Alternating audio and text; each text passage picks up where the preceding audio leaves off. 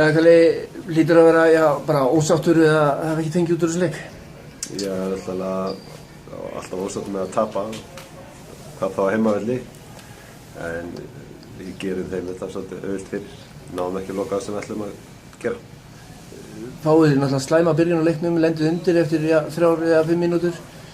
Sterkt hjá okkur að vera búin að jafna 10 mínútur síðar samt. Já, við gáðumst ekki upp og heldum áfram að jafna leikinn og þá var ég vonast að við myndum koma okkur almennilega í gang en það gekk því miður ekki og við fáum á okkur annað mark og þá svona hálf datta niður en svona verið í okkur upp.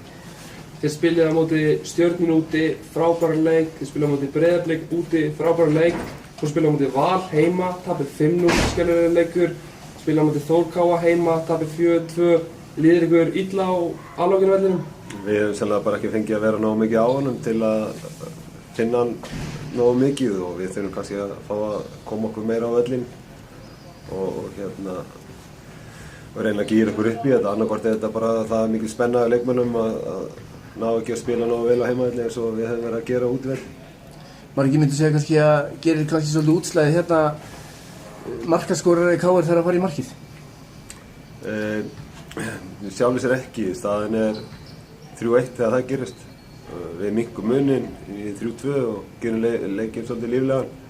Þá var þetta mjög góð sókn í kjölfæri sem við svona hálfpartinn glúðurum sjálfar menn hún stóð sér bara alveg ágætlega og reyndi að bæta þær við hjólamarkinu, við náðum ekki að setja jöfnunarmarkið. Hvað er þessu valdandi að þú ert ekki með varamarkvörð á bekknum? Ég er með varamarkmann sem er æfa með okkur, hún er að koma tilbaka úr korsbandaslitum og þannig ég persónulega tók þessa ákvörðun sjálfur að vera bara með útileiknum á bekknum. Bikarleikur næst, er það vont eða slæmt að fá það eftir svona? Nei, það er bara mjög gott að fara bikarleik og geta verið í startað svona og hlaðið batteríin og komið sér almennilega í gang. Takk fyrir það. Góði.